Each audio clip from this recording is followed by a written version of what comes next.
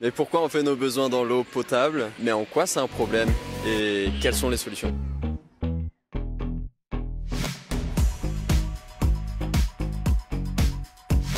En selle, c'est un voyage à vélo de environ 3500 km en France, avec un crochet par la Suisse. On rencontrera pendant ce voyage une bonne vingtaine d'acteurs, même plus, parce qu'au fur et à mesure de notre trajet, la liste de personnes à rencontrer s'agrandit.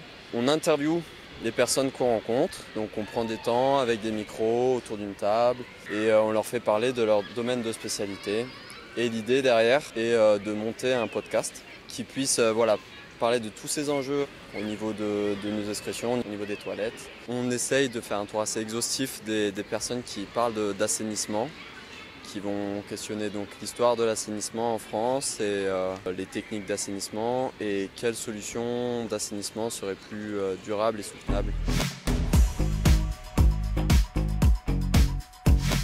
En selle, c'est un projet qui est né en septembre 2021. Je suis allé voir Victor en lui disant j'aimerais bien aller creuser les questions d'assainissement écologique et peut-être aller voir un peu des différents acteurs qu'il y a en France. Et en parallèle, je lui racontais un voyage à vélo que je faisais et il trouvait l'idée du voyage à vélo assez extra et il avait envie de se dégourdir les jambes, je crois.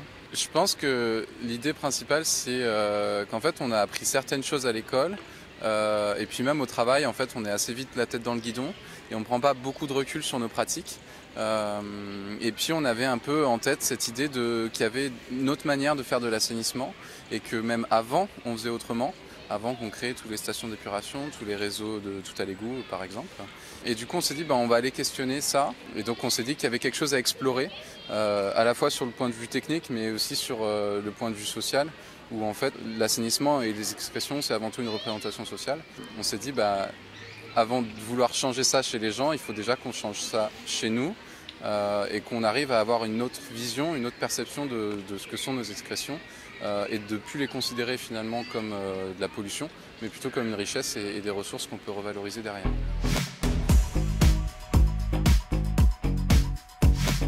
Là, on est vraiment en autofinancement, on est vraiment indépendant pour le coup. On a fait le choix que tout le temps qu'on va investir dans ce projet-là, il est bénévole. Et donc en fait, on a lancé une campagne de financement participatif.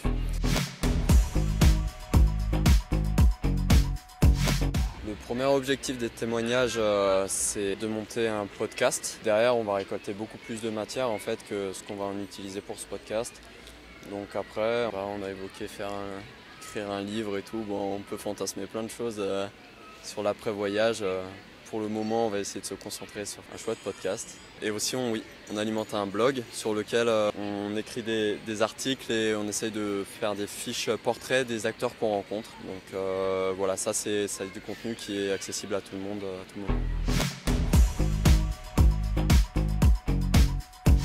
En fait, on est parti de Marseille et on est passé par Montpellier. Montpellier, on a rencontré quelques acteurs et puis après on est passé vraiment sur le bassin Adour-Garonne à partir du moment où on est arrivé sur Albi, puis Toulouse. Et à Albi, on a rencontré la SCOP Les Mains sur Terre, qui ont plusieurs activités de compostage et de location de toilettes sèches. Sur Toulouse, on a rencontré le réseau Compost Citoyen, qui est un réseau national. On a rencontré une entreprise qui s'appelle Manéo, qui cherche à recycler le phosphore. En Ariège, on va rencontrer l'association Terreau, qui a énormément travaillé sur les enjeux de précarité sanitaire. Et après, il y a l'éco-centre Pierre et Terre qu'on va aller voir dans le Gers. Au-delà de la thématique écologique, c'est comment chacun et tout le monde peut avoir accès à des conditions sanitaires correctes, on va dire.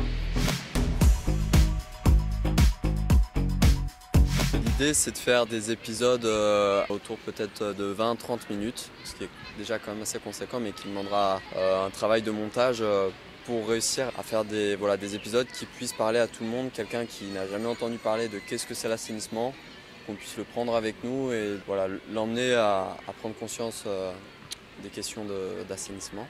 Le premier épisode, ça ne sera pas avant septembre et qui sera disponible sur toutes les plateformes d'écoute de streaming pour être sûr que tout le monde puisse l'écouter facilement.